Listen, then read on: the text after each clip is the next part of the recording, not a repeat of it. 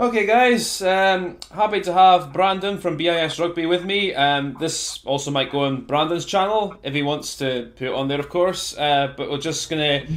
We were meant to do something last week, but we've had some technical difficulties in getting this up and running. We finally sorted it, so we hopefully this will last long enough to not shut down on us. But Yeah, we're just gonna basically just go through the weekend's games, the Six Nations, talk about how we think each game went, maybe do try of the weekend, player of the weekend. Brandon's camera crashed. there we go. Sorry about that. Yeah, you're fine. Um, yeah, so basically do try of the weekend, play of the weekend, and we'll see how we go from there. Okay, so first up, Brandon, you want to talk about France versus Wales? How do you think it went for you guys? A bit lucky, weren't you? Just a little bit. Really a tale of two halves. First half. I've been watching Wales, the same to you before, for 15 years, and I don't think I've seen such contrasting two halves. First half, the conditions didn't help. Let's be honest, and they didn't suit our halfbacks especially. But there's no excuse for not being able to catch the ball, for being offside, for throwing passes forward in ways that we were doing. France really impressed me in that first half. I don't think we've seen France play like that for a very long time. And France being France were unpredictable, so we just didn't know what was going to happen with France. But first half, all credit to them. They came out firing. Huget on the wing or fullback played fantastic. Lopez at 10 dictated the game. Their pack wasn't enormous and had a big effect in the first 20 minutes or so. And we just couldn't retain possession. But one thing that stood out to me was one time that we kept possession and we went through the phases, we sort of scored a try with Liam Williams. So it was kind of telling me that in the second half, if we can keep the ball and go through the phases, we should come good. But if I'm being honest with you, at half time, would I have said that we were going to win? Probably not, to be honest. And I mostly agree with you. I think, I mean, like you said, Wales were really slow out the blocks in the first half. It was quite surprised. I mean, I don't know if surprised is the right word, but it was. I mean, well, is the right word. But just how quiet your pack was in the first half for most of the time, just didn't really get anything. And I didn't see anyone apart from Josh Navidi make any serious impact up front at all. Yeah. And Liam Williams was your best player definitely, because I think whenever he got the ball, he looked like he was going to do something in either half really. But yeah, the first half, let's say, just seemed to, let France get away, run riot really. I mean that the first try was came from a drop ball from you guys, and then France basically powered through and Pickamall got his try. And then the Yeah. second one was just really poor judgment from George North more than anything. I mean, it was a good offload from Ituria, sorry, to Uji, but George absolutely really misread that, like, which was really a rookie mistake because if he just stayed on Uji would have flattened him and it wouldn't have been a try, and he just absolutely really misread that, and that was the try there. And if Para had had his kicking boots on, France would have been further in front. But Anscombe wasn't really any better either. So, Yeah.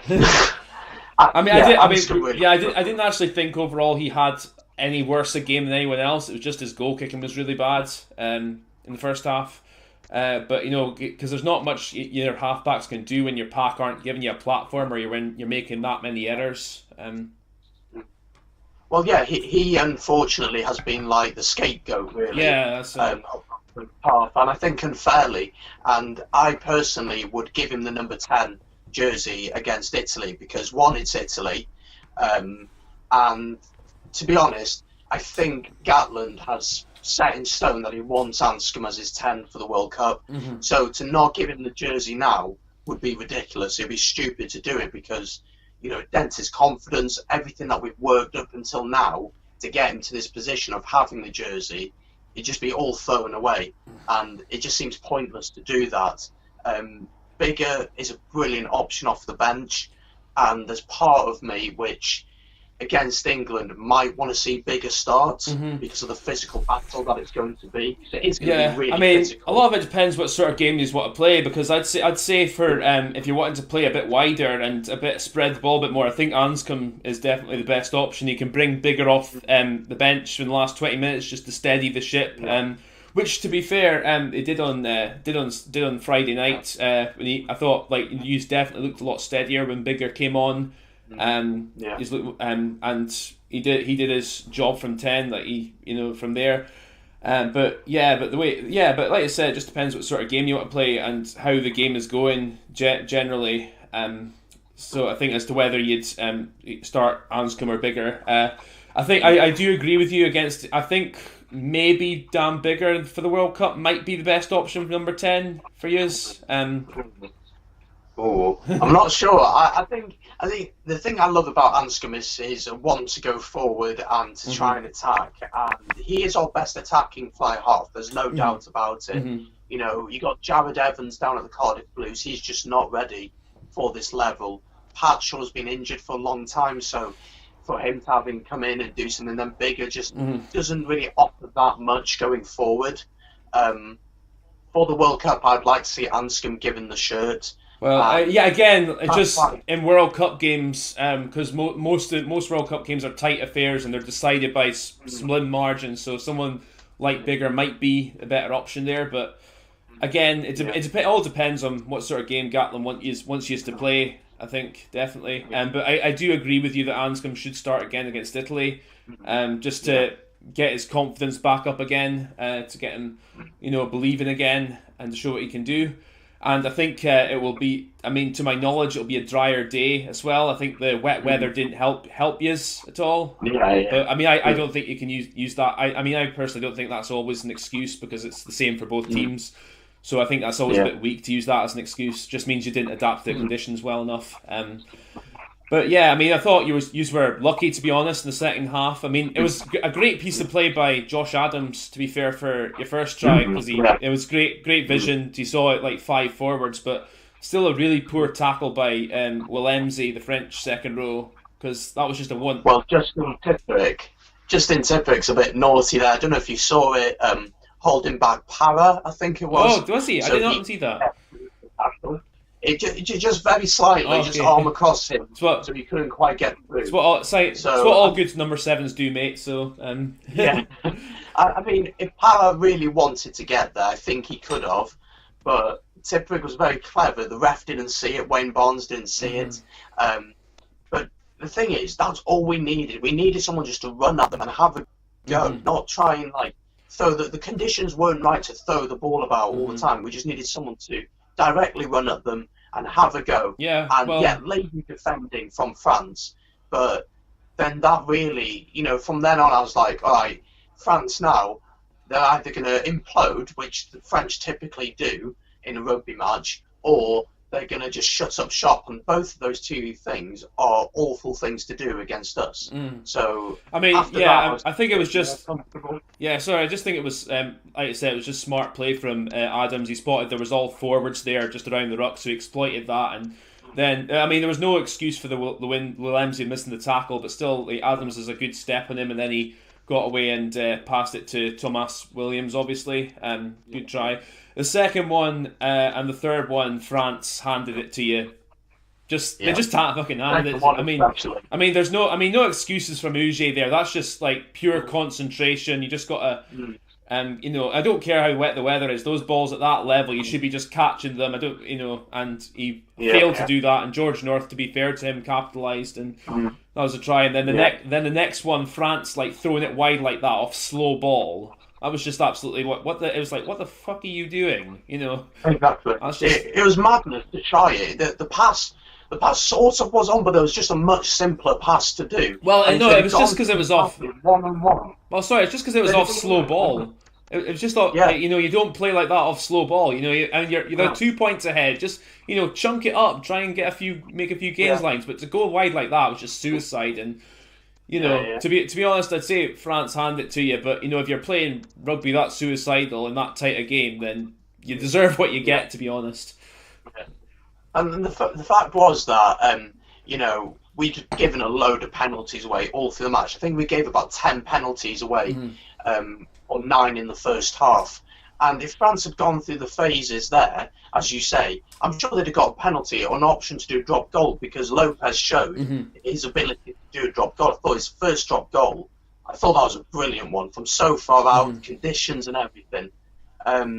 So I just thought it was crazy to try it. But George North, fair play, he had to go for it. And if he hadn't judged it right, it'd look like a Muppet, because they'd have been in the corner. Yeah. So he judged it perfectly. But yeah, France, I mean, their coaching staff must be scratching their heads thinking, what else can we do? There's nothing else we can do. You know, we've given them the platform in the first half, and then, in the second half, they just handed it to us. We were very, very lucky.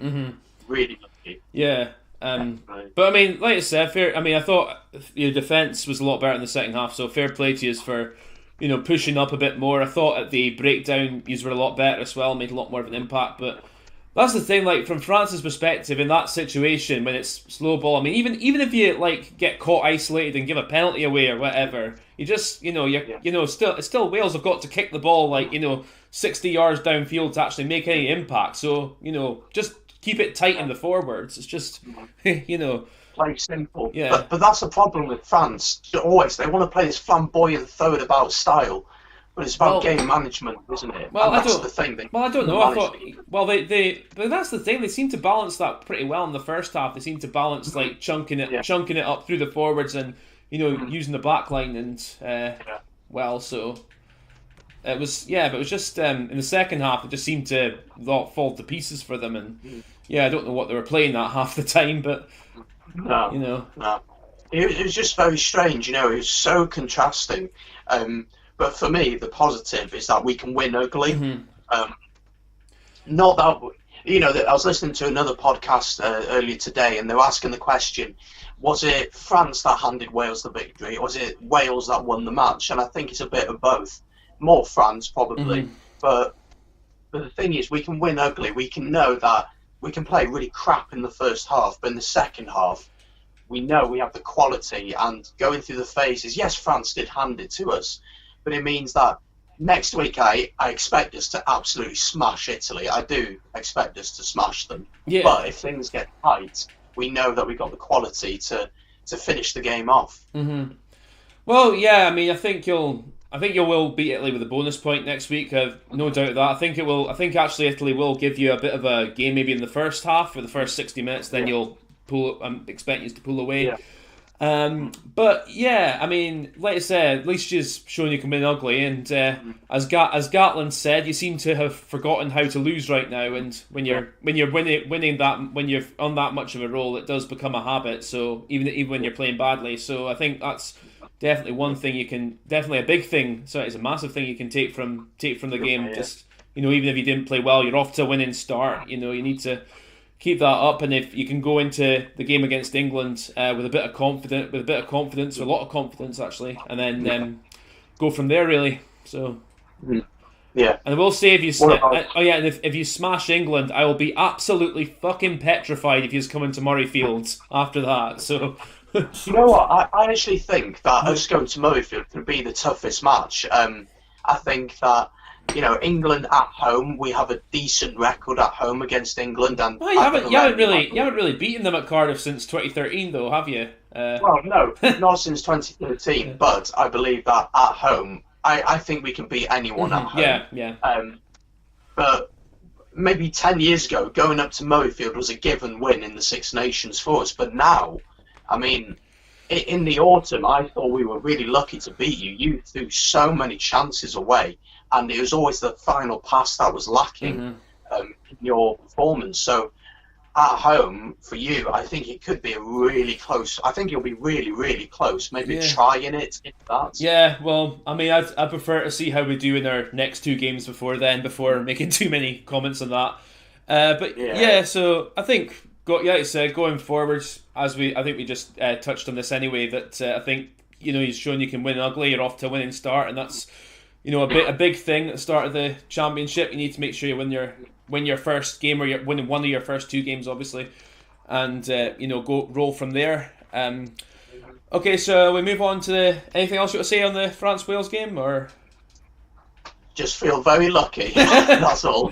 Fair enough, fair enough. Very lucky. Okay, we'll move on to Scotland-Italy now. Yeah. I think, happy enough with the win. We down tools in the last 10, 15 minutes. Let them back for three, two of them very soft tries. I thought the first one they got was actually pretty well worked, and we were down to 14 men when they scored it, so I can give Italy credit for that.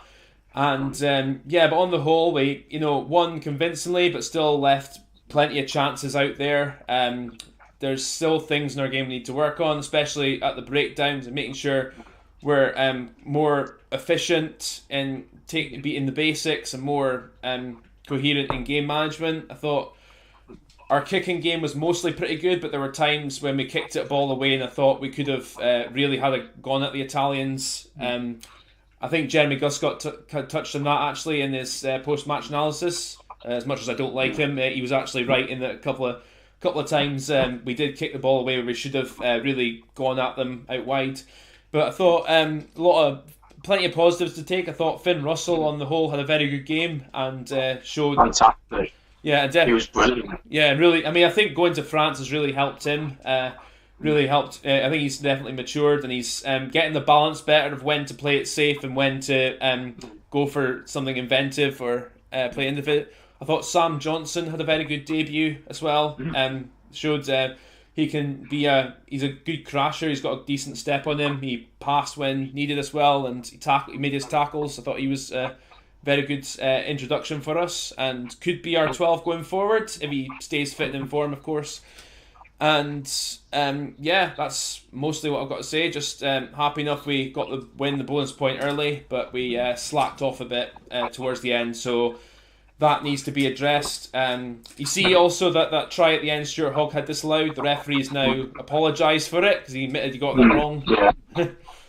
Yeah. So, well, I think your performance in general was pretty dominating. I expected it, to be honest, especially being at home. Mm-hmm. Finn Russell just ran the show, and you did miss a few opportunities. Kinghorn had one chance to pass it out to Hogg right at the start, which he didn't, and tried to go himself. But overall, a really good performance, except for that last 10 minutes. But at the end of the day, I mean, it's not great, and Gregor Townsend will be frustrated with it, but it doesn't matter that much because you were down to 14 men. Italy had nothing to lose in the last 10 minutes, and you'd won the game, and you knew you'd won the game. At half time, though, it was only 12-3 up, I think you were. Yeah, we should have been further in front then. So if it was a better quality side, then maybe you'd be a bit more worried about that. But you're creating plenty of chances. As you said, Sam Johnson hit some of the lines he picked, and some of the times he got over the gain line gave you a great platform to then go and attack. But we have to talk about Italy, about how poor they were, especially defensively. Mm-hmm. And especially at the breakdown, was it Luke Pearce who was the ref, or was that the England one? Yeah, Luke Pearce. Yeah. Yeah, he was always screaming and shouting, balls out, balls out. And yet Italy would just stand there and watch. Aye. And I don't know if they didn't understand what he meant, but they'd just stand there and watch. And and Scotland would get the ball and you'd be on another attack. I remember seeing once Giraldini trying to stop Kinghorn in a 5-metre sprint. I thought, this is ridiculous. You should not be this far out. Yeah, Italy were poor, but it was nice to see them at the end actually throwing the ball a bit about. But yeah, I think it was a good performance from you guys. I'd be very happy with the performance. But just little things need tweaking before Ireland come to you. I'd say a few big things need tweaking because but that thing at the end, you say it doesn't really matter too much, and I suppose in the context of the game itself, we'd won it anyway, and you can say that, but. Yeah. In general, teams like you guys, like England, Ireland, New Zealand, even South Africa to an extent, if they're in that position, they do not let teams come back into it. 33-3, they go and kill those kind of games they're that far in front of, and put on like 40 or 50 points, whereas we just, I thought, slacked off a wee bit too much and allowed them a few chances at the end, which, to be fair to the Italians, they did, when they threw the ball about, they did look quite good, but we allowed them far too much space out wide for those tries. So that's something we need to look at, and there's quite a few big things I think we need to improve for against Ireland, because Ireland will be absolutely will be a wounded animal, so they'll be absolutely desperate to take out their frustrations on us, which I'm somewhat fearful for, but also somewhat interested to see how we'll cope with it, because I think England definitely showed how they can how Ireland can be played against, and they can be countered on, which I've not actually got that much more to say about us. Just we need to make sure we improve for next week. We need to make sure we're a lot more efficient and that we're smarter next week, and that we're keeping up over 80 minutes, because we won't, because if we have any lapses or give Ireland anything cheap, we're going to be in trouble. So, but that's all I've really got to say about our game. So. No, I was pretty impressed by you overall, and I think you will be better for Ireland, but it's going to be obviously a much tougher test, and everyone knows that. So yeah. Oh yeah, I mean, like I said, I'm expecting Ireland to come out and absolutely pumped, and they're just, I mean, I wouldn't be surprised if there's like 5 injuries in the first 30 minutes, because they're just going to try and absolutely smash us back at every turn. So, I mean, hopefully, I'm not saying hopefully there won't be, of course, but I just hope we can be smart enough. Yeah, I just hope we can be smart enough and make sure that we've got, if we're going forward, we make sure we've got the platform before we spread the ball wide, because we still sometimes have that habit of trying to spread the ball wide a bit too early at times, and there's other times like we need to just make sure we're being patient a bit and make sure we're sucking the defenders and that we're over the gain line before we put the ball out for the likes of Finn Russell and Hugh Jones and that to do their stuff. So that's one area we need to make sure we get it right against Ireland, definitely. But I think that can bring us on to the Ireland-England game. Don't think anyone saw that result coming. Massive game, massive results for the tournament as a whole. I was actually chatting to someone a few days before the game, and I said to them, when England have a poor year the year before, they tend to do quite well the next year. And when Eddie Jones came in for the first time, they had a bad, after the World Cup? Yeah, just after the World Cup, yeah. And then they come and win a Grand Slam. I'm not saying they're going to win a Grand Slam, and I pray they're not going to win a Grand Slam. Same. But they were so impressive physically. They obviously targeted Sexton, just went at him every single time. Tuolangi crashing into him, getting quick ball. Ben Youngs with his box kicking, we were talking before about this, he was exceptional, I thought. Yeah, he was. And targeting Robbie Henshaw. It wasn't that Henshaw played badly, it was that the kicks were just to such a level that they would pinpoint accuracy. Johnny May into the high ball, I thought he played really well, put in a lot of work. England ought to be feared, I'd have to say. What about you? Yeah, absolutely. Like I say, I think I said this to you last week. I thought that they would try and play that style of rugby. I was expecting them to be, with likes of Vunipola and Manu and Mark Wilson just like powering up the middle and trying to counter, because the Irish rush defence, they like to sprint on the wide men, which worked against New Zealand, because obviously New Zealand like to put a bit of air on the ball, but I thought England were just going to try and power through the middle before spreading it wide, but I did also think Ireland would eventually have a bit of nous to see the game out and win it, but the way England just absolutely powered through them, and the way they defended, I think Ireland only had about 5 line breaks in the whole match, which is a bloody impressive feat for one half. Bloody impressive feat. You normally see like at least 5 line breaks per team in one half in a lot of games.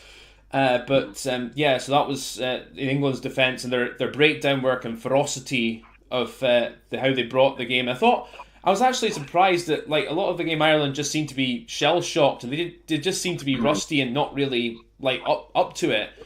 I mean, as you say, they targeted Sexton. That was always going to happen.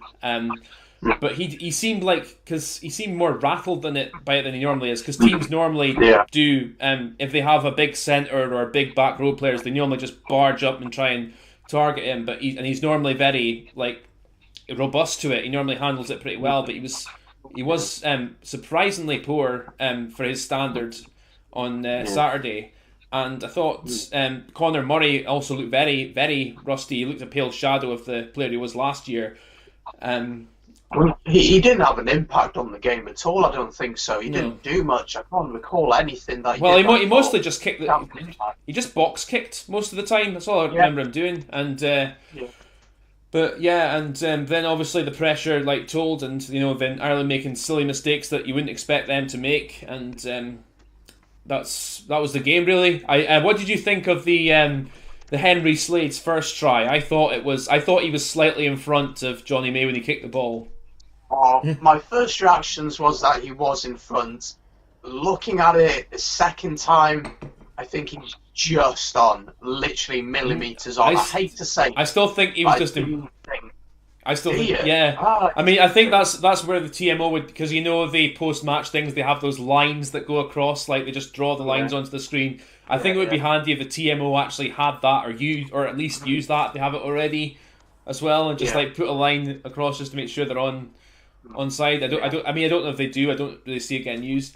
But it would be good if they did. And I thought like Slade's feet were just in front of May as he kicked the ball. I wasn't too sure about the pass either, which it was forward or not. I thought I was just in line, but no, I was. But I mean, aside from that, I can't say England didn't deserve to win at all, because they were completely on top, and they just played a really, really strong match. Henry Slade, I think, like, is really impressive at 13.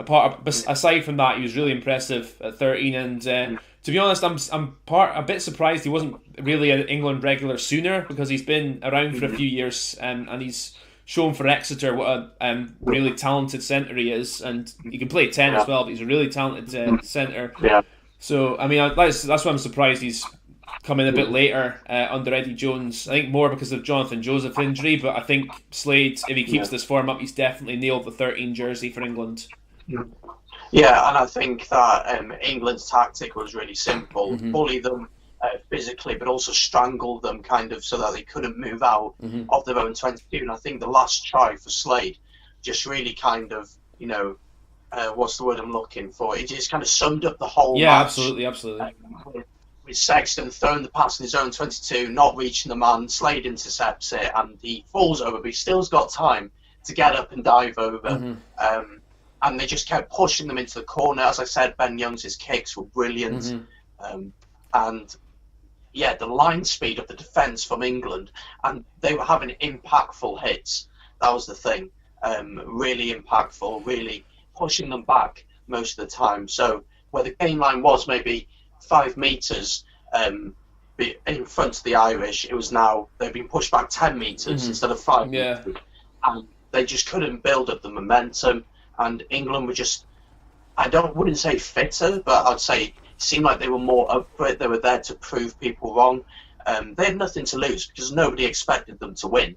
So they just look sharper. They just look more mentally on it. They just look stronger. They just look like in every department they just outplayed Ireland. I think Ireland were just shell shocked at what was coming and what came at them, especially, and the impact was set very early on with that try. I think because when they caught him with surprise by throwing the ball at the back to Tuolangi, and he just smashed up, and they just went from there. And I think that was really set the tone for the match, just how it went for the rest of the game. And that's all I've got to say really. Just I thought England were really good, looking a dangerous team again, and I'm confident they're going to beat France next week on their home turf. I think that game might be a bit closer than people think it will be, because I think England will have a bit of a and this me stereotyping, but I'll say it anyway, a bit of English arrogance about them after beating Ireland. So I think that France will. I don't think France will beat them, but I think they'll maybe surprise them a bit, and but England will just come through and win in the end. But yeah, so I think it's making for a exciting Six Nations to see. Yeah, definitely. I think also one thing about Ireland to point out was, yes, we're talking about them being rusty and not looking like they were up to it, but they just didn't seem to have a plan B. No. They you just had nothing. They were like, England are coming up to us and hitting us hard and off the defensive line quickly, and yet there was nothing. And one thing I was a bit surprised was that Sexton didn't kick a little bit more, because England were coming up quick, the defence was coming up quick. A little kick over the top might have had an impact, but obviously looking back, it's easy to say that. The thing is, Joe Schmidt doesn't like that kind of tactic though, because I can understand why, but there are some times like when your back's against the wall and the game's not going your way, you have to try a bit of a risk like that. Territory. Ireland didn't play the territory game at all.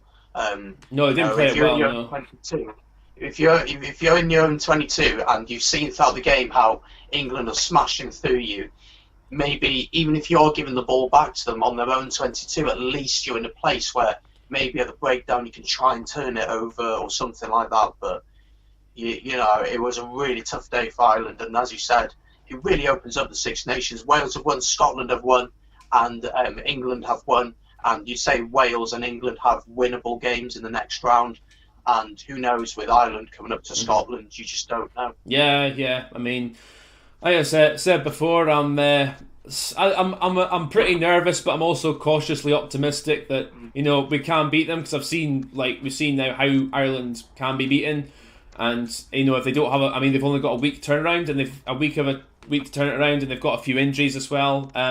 You see that story about Stander, actually? Apparently he went onto the pitch with his eye socket injured and all that. It was like, cheekbone or something. He had a broken cheekbone, didn't he, or something like that? Yeah, and he ended up playing. I mean, on his own perspective, that's really brave. But I mean, from the coaching and the medical perspective of the Irish team, I think that's a really poor reflection on them, because they should be, at this level, with how physical it is, they should be protecting their players better than that, in my opinion. Anyway. Yeah, but no, what a great weekend of rugby. And I think that with the games coming up now, I think opportunity for us, Wales, first of all, to go and beat Italy quite comfortably. And then obviously France, England, as you say, I think will be closer than people think. And if I was a Scottishman, I would be like, not confident of winning, but I think you've got a chance. So yeah, it should be a good weekend. Yeah.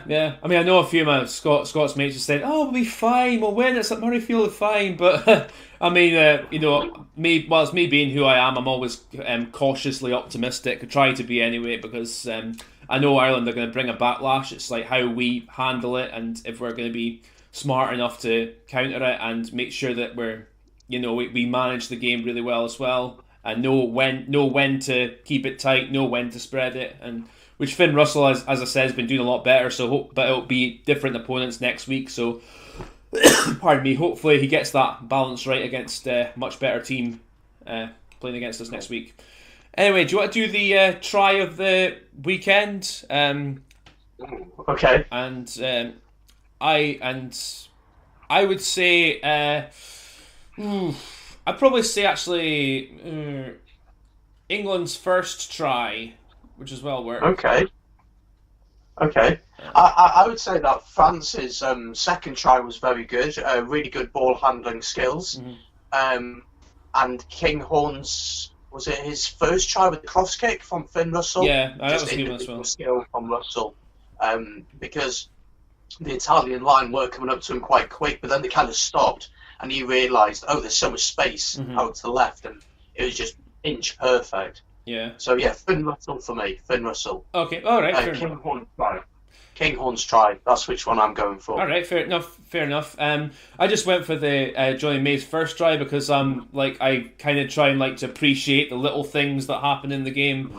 Whereas like most casual folks would look for the maverick, innovative stuff like that. Yeah. So that's just a matter of opinion, really. I'd go for just of how well worked it was from the line out, and then how England managed to secure the ball, get over the gain line, and then quickly got it out to May to score in the corner. So that's why I picked that try. But I can totally accept your one. So.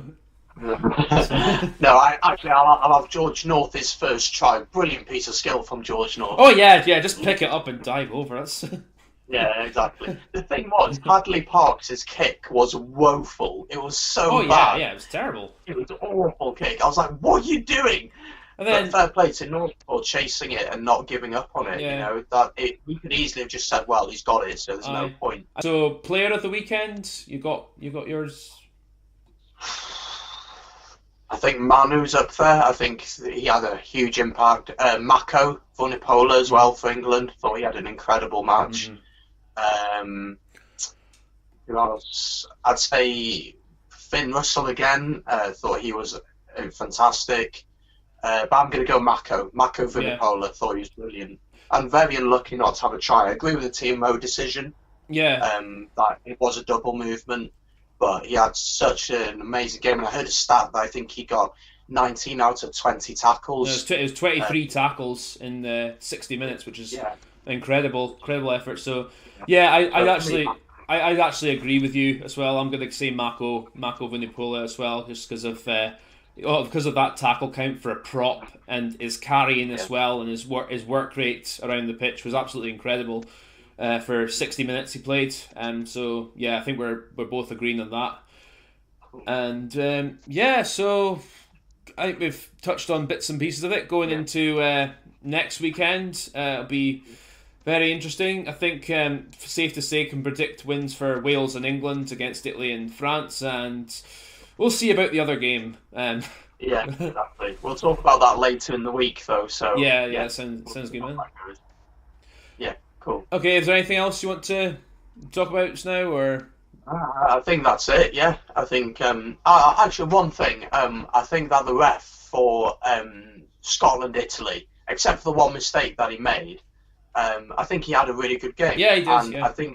I think we slate refs a lot when they make mistakes, Mm-hmm. but when they actually do something well, I think it's right to say that they've done a good job. I thought his communication, like that's why I love Nigel Owens. He's very clear, and I think Luke Pearce was really clear throughout the match. But that's just me, being a bit weird like that. Yeah, no, I get. Yeah, I actually think all the refs had a pretty good game. Yeah. I know there's a few Irish folk that won't thank me for saying that about Jerome Garcia's, because I think him and the TMO made a mistake with the Slade try, but apart from that, he was for the most part, apart from a few wee things, he was mostly spot on.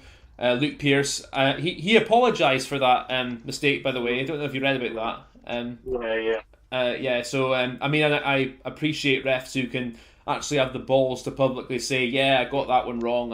And it's like, yeah, it's fine. Appreciate it. You made a mistake, and luckily it didn't have a big impact on the result. Otherwise, I might be saying differently.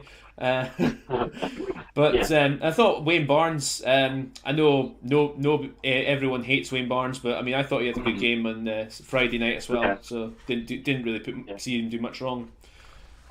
No. Despite some of the complaining from your fellow Welshmen on various forums and such, but Yeah. No, I thought he had a good game, and I thought he was very wise after the Liam Williams try where he was unsure.